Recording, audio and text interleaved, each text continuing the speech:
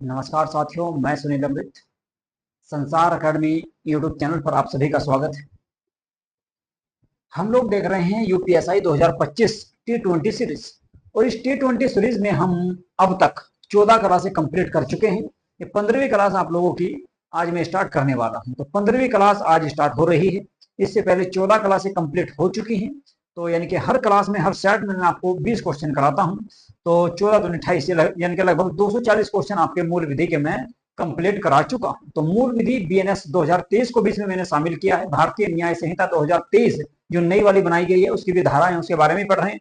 तो यूपीएसआई में आपका जो मूल विधि में जो टॉपिक दिए गए हैं, सभी के सभी टॉपिकों से लगभग आपके उसमें 20 टॉपिक के आसपास दिए गए हैं, और सभी से मैं जो है प्रतिदिन दो दो क्वेश्चन लेकर आता हूं। हर टॉपिक से दो दो क्वेश्चन इसमें शामिल करता हूं। तो 20 क्वेश्चन यानी कि एक दिन में 10 टॉपिक में कराता हूं एक क्लास में, और 10 टॉपिक दूसरी क्लास में कराता हूं। तो कुल मिलाकर आपका जो है अब तक मैं इसकी आपकी 14 क्लासें कंप्लीट करा चुका हूं। यदि आप लोगों ने हमारे यूट्यूब चैनल को सब्सक्राइब नहीं किया है तो प्लीज हमारे यूट्यूब चैनल को सब्सक्राइब कर लो, और वीडियो को लाइक तथा शेयर भी कर दिया करो भाई। ठीक है, चलिए जी करते हैं आज की क्लास को स्टार्ट। देखते हैं सबसे पहला क्वेश्चन क्या है आप लोगों के सामने।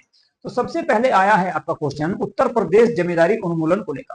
तो उत्तर प्रदेश जमींदारी उन्मूलन एवं भूमि सुधार अधिनियम जो आपका जो लागू किया गया था, उसके लागू होने के पहले कितने प्रकार की जोतदारी व्यवस्थाएं थी।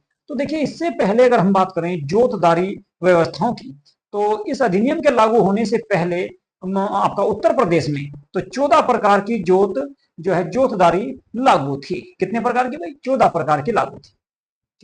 फिर इसको एक बना दिया गया। तो देखते हैं क्वेश्चन नंबर 2।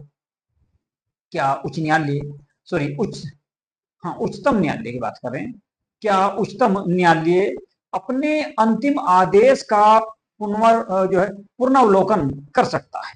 देखो, इसका मतलब होता है आपका, क्या मान लो आपका सुप्रीम कोर्ट के द्वारा अगर कोई आदेश दिया गया, कोई फैसला दे दिया गया, क्या वो उस आदेश के संबंध में दोबारा से सुनवाई कर सकता है या दोबारा से अपील को सुन सकता है? ये इसमें पूछा जा रहा है।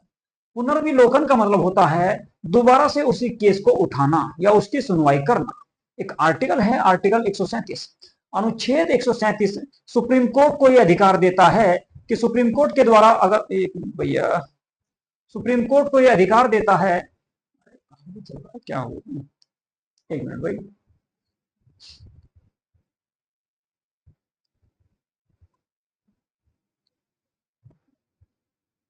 अनुच्छेद 137 137 सुप्रीम कोर्ट को यह अधिकार देता है कि सुप्रीम कोर्ट अपने द्वारा दिए गए फैसले की दोबारा से जांच कर सकता है। कौन से आर्टिकल में दिया गया? अनुच्छेद 137 में। तो भारतीय संविधान का अनुच्छेद 137 आपका सर्वोच्च न्यायालय को अपने निर्णयों के पूर्वावलोकन की शक्ति प्रदान करता है, किंतु यह अधिकार संसद द्वारा निर्मित किसी विधि के अधीन होगा। यानी कि संसद ने कोई कानून बनाया, उस कानून या संसद के द्वारा निर्मित कोई विधि या कानून के अधीन होगा। इस शक्ति का प्रयोग अनुच्छेद 145 के अधीन न्यायालय द्वारा बनाए गए नियमों के अनुसार किया जाएगा। ये भी इसमें कहा गया है, 145 के तहत जो नियम बनाए गए हैं संसद के द्वारा, उनके तहत ही किया जाएगा। न्यायालय के द्वारा जो नियम बनाए गए हैं, कानून आपके तैयार किए गए हैं, उनके तहत ही कार्य किया जाएगा। तो ऑप्शन आ जाएगा इसमें हाँ, तो ए ऑप्शन आपका सही। चलिए जी, क्वेश्चन नंबर 3 की बात करेंगे। क्वेश्चन नंबर 3 की अगर हम बात करें तो एक केस से संबंधित है भाई, एक मुकदमे से जुड़ा हुआ है। एक मानव अधिकार कार्यकर्ता द्वारा दायर की गई किस जनहित याचिका ने इस बात पर बल दिया कि चिकित्सा के पेशे से जुड़े हर सदस्य का यह सर्वोपरि दायित्व है कि वह किसी भी प्रक्रियागत औपचारिकता की प्रतिज्ञा न करके हर घायल नागरिक को जल्द से जल्द चिकित्सीय सहायता उपलब्ध कराए। मान लो किसी व्यक्ति को चोट लग गई है, तो डॉक्टर का क्या कर्तव्य है कि भाई उसकी जो है जल्द से जल्द उसका ट्रीटमेंट करे। ये एक मुकदमा आया था परमानंद कटरा बनाम भारत संघ के नाम से। परमानंद कटरा बनाम भारत संघ के नाम से मुकदमा आया, और उस मुकदमे में फैसला दिया गया कि भाई आपको जो है आपको पुलिस को बाद में बुलाना है, उसकी कार्रवाई बाद में करनी है, पहले आपको देखना है कि जो मरीज है उसका प्रॉपर इलाज किया जाए ताकि उसकी मृत्यु ना हो, उसकी जान बच सके। तो डी आंसर आपका इसमें सही होगा। अगला क्वेश्चन देखेंगे, क्वेश्चन नंबर 4। क्वेश्चन नंबर 4 की अगर हम बात करें तो इसमें खाली स्थान दिया गया है। एक प्रकार का साइबर अपराध है। कौन सा साइबर अपराध होगा ये आपको बताना है, जिसमें बहुत अधिक संख्या में उपयोगकर्ताओं को अवांछनीय थोक संदेश अंधाधुंध भेजे जाते हैं जी। तो कौन सा ऐसा अपराध है ये आपको इसमें बताना है। तो एक प्रकार का अपराध कौन सा होगा भाई? साइबर यानी कि स्टोकिंग नहीं हो सकता, आपका साहित्यिक चोरी या फिर जालसाजी या फिर आपका अपसंदेशन, अपसंदेशन इसमें आएगा भाई। अपसंदेशन या स्पैमिंग एक ऐसा साइबर अपराध है, एक ऐसा साइबर अपराध है जिसमें बहुत अधिक संख्या में उपयोगकर्ता को अवांछनीय थोक संदेश अंधाधुंध भेजे जाते हैं। अनलिमिटेड जो है उसमें डाटा एकदम से भेज दिया जाता है। तो अपसंदेशन इसका सही आंसर हो जाएगा। तो डी आंसर आपका इसमें सही। अगला क्वेश्चन देखेंगे, क्वेश्चन नंबर 5 की बात करेंगे। सूचना प्रौद्योगिकी अधिनियम जो 2000 में आया उसके बारे में यहां आपसे पूछा गया है। सूचना प्रौद्योगिकी अधिनियम 2000 की कौन सी धारा कंप्यूटर संसाधनों का उपयोग करके प्रतिरूपण द्वारा धोखा देने की सजा से संबंधित है? भैया धारा है आपकी 66D।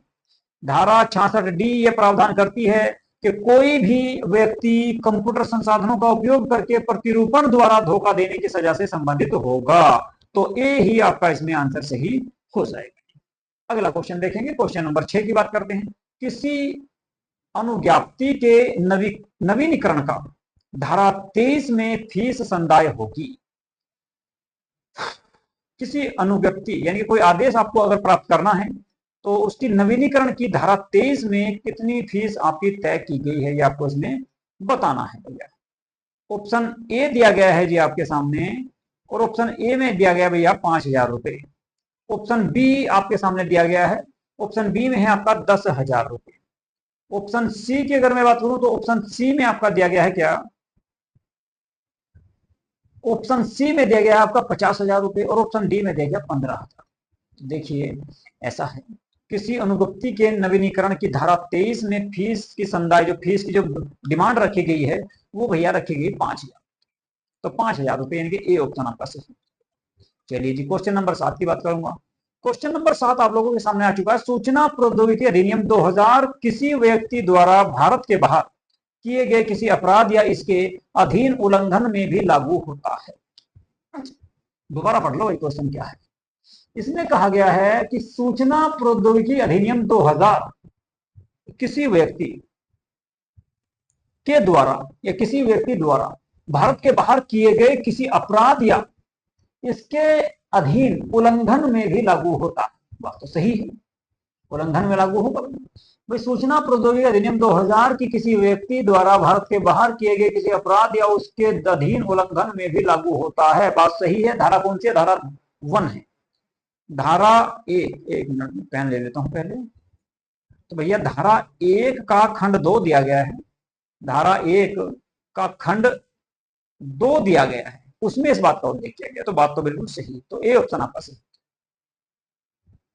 ठीक है चलिए जी क्वेश्चन नंबर देखेंगे भैया, क्वेश्चन नंबर 8। निवारक बंदीकरण का क्या उद्देश्य है? भाई चश्मा लगा लूं मैं, थोड़ा सा लाइट पड़ रही है हमको, लाइट पड़ रही है थोड़ी सी, इसको देख लेते हैं।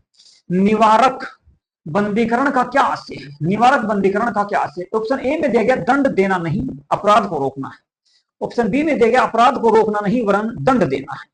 और ऑप्शन सी में आपका दिया गया है क्या? दोषी का पता लगाना है न कि निरोध का। और ऑप्शन डी में है निरोध करना नहीं, दंड देना है। क्वेश्चन नंबर 8 है आपका, निवारक बंदीकरण का क्या उद्देश्य है? निवारक बंदीकरण का उद्देश्य होता है भाई दंड नहीं देना, लेकिन अपराध को रोकना है। दंड देना तो इसका उद्देश्य नहीं है, इसका उद्देश्य है अपराध को रोकना। तो आ जाएगा भैया कौन सा? दंड देना नहीं बल्कि अपराध को रोकना। तो ए आंसर आपका इसमें सही हो जाएगा। चलिए क्वेश्चन नंबर देखेंगे 9। राष्ट्रीय सुरक्षा अधिनियम 1980 की धारा 2D में उपबंधित व्यक्ति शब्द के अंतर्गत आते हैं। तो व्यक्ति शब्द के अंतर्गत किसे शामिल किया जाएगा? देखिए व्यक्ति शब्द जो है उसमें किस किस को शामिल किया जाएगा? केवल भारतीयों को, केवल विदेशी को, भारतीयों के साथ विदेशी भी, और कोई नहीं। तो इसका आंसर होगा भैया आपका जो राष्ट्रीय सुरक्षा अधिनियम 1980 दिया गया है, इसकी धारा 2D में कहा गया है कि भारतीयों के साथ विदेशी भी व्यक्ति शब्द के अंतर्गत आते हैं। तो सी ऑप्शन आपका सही हो जाएगा। क्वेश्चन नंबर 10 देखते हैं भैया। भ्रष्टाचार निवारण अधिनियम की कौन सी धारा न्यायालय द्वारा पुनरीक्षण की शक्तियों का प्रयोग करने के लिए अभिलेख मांगने से संबंधित है? बताओ किसका कौन सा आंसर होगा। धारा आपको बतानी होगी, इसमें धारा के बारे में आप लोगों को चर्चा इसमें करनी है। भ्रष्टाचार निवारण अधिनियम के बारे में बात की है। भ्रष्टाचार निवारण अधिनियम की अगर मैं आपसे बात करूं तो भ्रष्टाचार निवारण अधिनियम कब आया, पहली बात तो ये आपको देखनी होगी कि भ्रष्टाचार निवारण अधिनियम जो था ये आया था भैया 1988 में। कब आया जी? 1988 में। तो जो है भ्रष्टाचार निवारण अधिनियम जो आया था ये 1988 में आया। एक तो ये भी आपको याद रखना है 1988 में आया।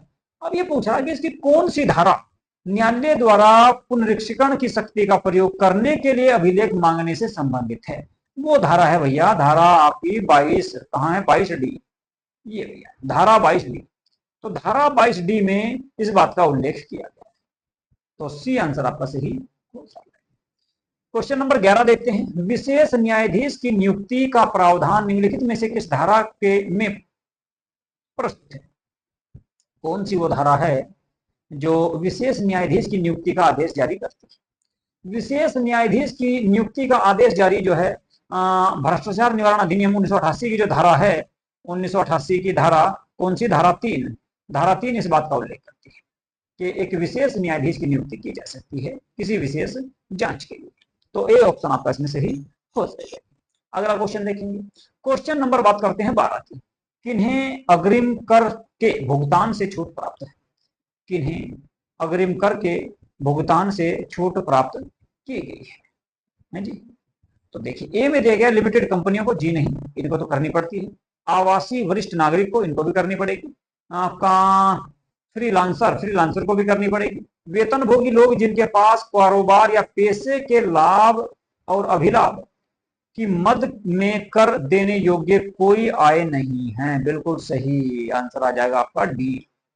वेतनभोगी लोग जिनके पास कारोबार या पैसे के लाभ और अभिलाभ की मद में कर देने योग्य कोई आय नहीं है, वे आपके क्या होंगे? अग्रिम कर के भुगतान से छूट प्राप्त कर सकते हैं।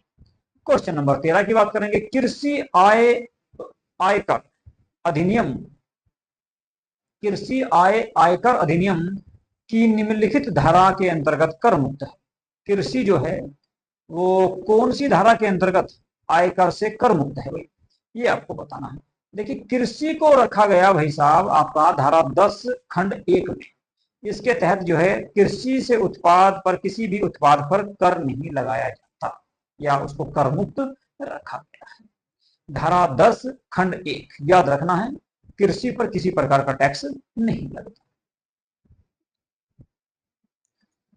चलिए जी क्वेश्चन नंबर 14 देखेंगे। सूचना का अधिकार अधिनियम 2005 के तहत न्यायालयों के क्षेत्राधिकार वर्जित है।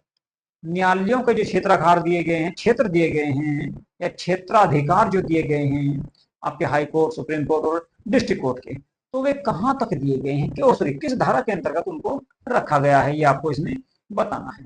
तो क्वेश्चन नंबर 14 आपके सामने दिया गया है, तो इसमें आपकी एक धारा है, धारा नंबर 23। तो धारा नंबर 23 के अंतर्गत जो है इनको रखा गया है, धारा नंबर 23 के अंतर्गत। तो धारा 23 जो है न्यायालयों के क्षेत्राधिकार का प्रावधान करते हैं कि किस न्यायालय का क्षेत्राधिकार कहां तक होगा या कौन से केस की सुनवाई कौन सा न्यायालय कर सकता है। धारा नंबर कौन सी है भाई? 23 है, याद रखना है आपको। चलिए क्वेश्चन नंबर 15 है आपका, सूचना का अधिकार अधिनियम से संबंधित क्वेश्चन है भाई। और क्वेश्चन नंबर है जी आपका 15। इसमें आपका दिया गया क्या? निम्न में से किसमें सूचना के प्रदान किए जाने की छूट है? नहीं, निम्न में से किसमें सूचना के प्रदान किए जाने से छूट दी गई? बताओ कौन सा आंसर होगा? ए में दिया गया आपका ऐसी सूचना जिसमें प्रकटन से भारतीय संप्रभुता और अखंडता पर प्रतिकूल प्रभाव पड़े। सही बात है, इसके बारे में जानकारी नहीं दी जा सकती, हो सकता है। राज्य सुरक्षा पर प्रतिकूल प्रभाव पड़े, ये भी राज्य की सुरक्षा के लिए भी हो सकता है। रणनीति वैज्ञानिक या आर्थिक हित में ना हो तो भी कर सकते हैं। तो दिया जाएगा भाई उपरोक्त सभी आ जाएगा फिर तो। देखिए सूचना का अधिकार अधिनियम 2005 की एक धारा है, धारा नंबर 8। धारा नंबर 8 इसमें कहा गया कि भाई अगर मान लो कोई मुद्दा ऐसा है, कोई विषय ऐसा है जिसमें राष्ट्र हित को देखा जाएगा, देश की संप्रभुता अखंडता को देखा जाएगा, राज्य की सुरक्षा को देखा जाएगा, वैज्ञानिक अनुसंधान या आर्थिक हित में राज्य जो है उस के बारे में सूचना नहीं दे सकता या उस सूचना को छिपा सकता है। ठीक है, तो क्वेश्चन नंबर 16 का आंसर आएगा भाई, सॉरी 15 का आंसर आ जाएगा डी। चलिए जी, क्वेश्चन नंबर 16 देखेंगे। सूचना का अधिकार अधिनियम 2005 भारत के राजपत्र में प्रकाशित हुआ। बताओ भाई कब प्रकाशित हुआ? सूचना का अधिकार अधिनियम 2005 भारत के राजपत्र में कब प्रकाशित हुआ? देखो 2005 में तो हुआ, ये तो बात पक्की है, लेकिन कब प्रकाशित हुआ? ये हुआ था भाई साहब 21 जून को। 21 जून को क्या मनाते हैं? योग दिवस। तो 21 जून अंतर्राष्ट्रीय योग दिवस मनाया जाता है भाई साहब इस दिन। तो इस दिन इसको जो है प्रकाशित किया गया था राजपत्र में। क्वेश्चन नंबर 17 की बात करें, संयुक्त राष्ट्र की एक अंतर्राष्ट्रीय मानव अधिकार संधि कौन सी है जिसका उद्देश्य है दिव्यांग व्यक्तियों के अधिकारों की रक्षा करना? बहुत बढ़िया क्वेश्चन है। संयुक्त राष्ट्र की एक अंतर्राष्ट्रीय मानव अधिकार संधि कौन सी है जिसका उद्देश्य है दिव्यांग व्यक्तियों के अधिकारों की रक्षा? दिव्यांग व्यक्तियों के अधिकारों की रक्षा करने से संबंधित आपकी कौन सी ऐसी एक जो है आपकी क्या है संधि है, उसके बारे में आपको बताना। बहुत बढ़िया क्वेश्चन है, आंसर देने का प्रयास करो कि इसका क्या आंसर हो सकता है। देखिए ए में जो दिया गया है आपका ऑप्शन ए में दिया गया है आपका एमनेस्टी इंटरनेशनल, बी में है राष्ट्रीय मानवाधिकारों पर संयुक्त राष्ट्र पुस्तिका, बी में है वैश्विक अधिकार और डी में दिया गया विकलांग व्यक्तियों के अधिकारों पर आपका संधि पत्र। तो आंसर यही सही होगा भाई, दिव्यांग से संबंधित है तो सीधी सी बात है विकलांग व्यक्तियों के अधिकारों पर संधि पत्र, बी आंसर आपका सही हो जाएगा। 2006 में हुआ था ये आपका समझौता, या ये वाली संधि थी 2006 में, कहां पर? संयुक्त राष्ट्र महासभा। तो राष्ट्रीय मानवाधिकार आयोग की विनियमन बनाने की शक्ति किस धारा में निहित की गई? क्वेश्चन नंबर है भैया 18 और आंसर आपको इसका बताना है। राष्ट्रीय मानव अधिकार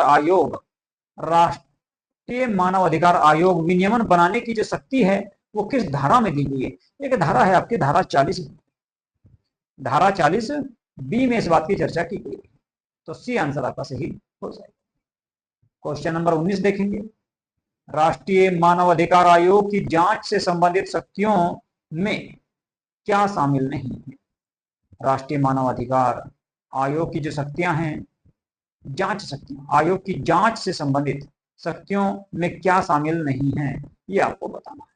ये में देखिए साक्ष्यों को समन भेज सकता है, हाजिर करना बिल्कुल, शपथ पर परीक्षा बिल्कुल सही है, दस्तावेज प्रकटीकरण, शपथ पर साक्ष्य ग्रहण करना हो सकता है, साक्ष्यों की या दस्तावेज की परीक्षा हेतु कमीशन निकालना बिल्कुल सही है, आरोपियों को दंडित करने का अधिकार नहीं है, ना गिरफ्तार करने का अधिकार है, तो डी आ जाएगा। और आज का आखिरी क्वेश्चन, अंतिम क्वेश्चन आज की क्लास, मानव अधिकार संरक्षण अधिनियम की धारा किस धारा में मानव अधिकार शब्दों को परिभाषित किया गया? बताओ भाई मानव अधिकार शब्दों को किस धारा में परिभाषित किया गया है, ये आपको इसमें बताना है। मानव अधिकार शब्दों को जो परिभाषित किया गया, देखो मैं आपको बता दूं, तो वो किया गया कौन सी धारा में है? धारा है आपकी 2, चलो जी धारा 2 डी दिया गया है, धारा 2 डी में इस बात का उल्लेख किया गया। मानव अधिकार शब्द को परिभाषित किया गया किस धारा में? धारा 2 डी में। तो कहां पर है भाई धारा 2 डी? सी ऑप्शन में आपका हो, तो सी ऑप्शन आपका सही है। तो इस प्रकार से जो है ये आपके आज के 20 क्वेश्चन थे जो मैंने आप लोगों को कराए हैं। तो आज की क्लास आप लोगों को कैसी लगी इसके बारे में जरूर बताएं, अगर वीडियो को लाइक तथा शेयर भी जरूर कर दिया करो, ठीक है, क्योंकि आप लोग जो है वीडियो को शेयर बिल्कुल भी नहीं कर रहे हैं। प्लीज जो है वीडियो को शेयर और जो है इसको भाई लाइक भी कर दें जी। चलिए तो यहीं पर करेंगे हम आज की क्लास को समाप्त। यदि आप लोगों ने हमारे YouTube चैनल को सब्सक्राइब नहीं किया है तो प्लीज हमारे YouTube चैनल को सब्सक्राइब अवश्य कर लो भाई, और वीडियो को लाइक तथा शेयर भी कर दो। चलिए नमस्कार।